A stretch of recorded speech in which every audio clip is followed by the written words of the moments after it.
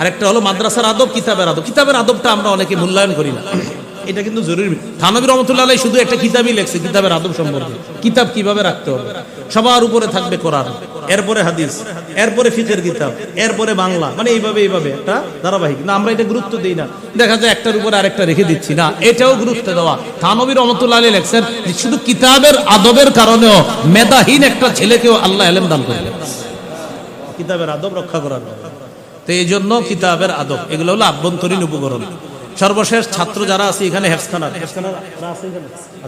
হেফজখানা ছাত্র যারা আমরা কোরআন পড়তেছি, আর কিতাব লাইনে যারা কোরআনের ছাত্র আছি আমরা, কোরআন তরজমা জালা লাইনের ছাত্র যারা, আমরা চারটা কথা মনে রাখবো। বিশুদ্ধ তিলাওয়াত, কোরআনের ছাত্র যারা, বিশুদ্ধ তিলাওয়াত। 2 নাম্বার বিশুদ্ধ অনুবাদ, বিশুদ্ধ তিলাওয়াত, বিশুদ্ধ অনুবাদ। 3 নাম্বার মতলব বুঝা, উদ্দেশ্য বুঝা।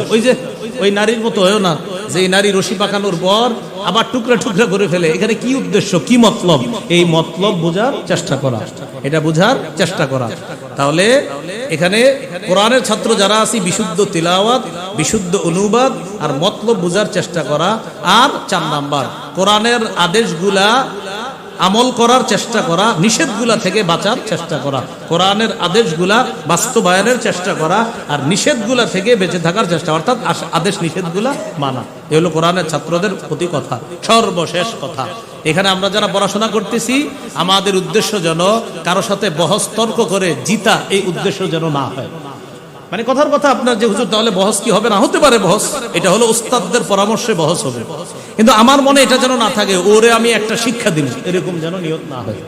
তিরমিজির হাদিস 2654 নম্বর হাদিস, এই হাদিসের মধ্যে আসছে রাসূল সাল্লাল্লাহু আলাইহি সাল্লাম বলেন, মান তালাবাল ইলমা লিউমারিয়া বিহিল উলামা আও লিউজারিয়া বিহিল উলামা আও লিউমারিয়া বিহিস সুফাহা আও ইয়াসরিফা বিহি উজুহান নাস।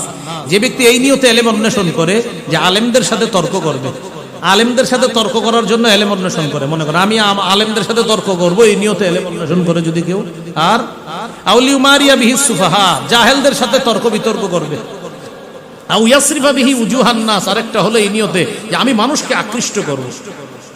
যেমন এখানে একটা কথা মনে রাখবেন,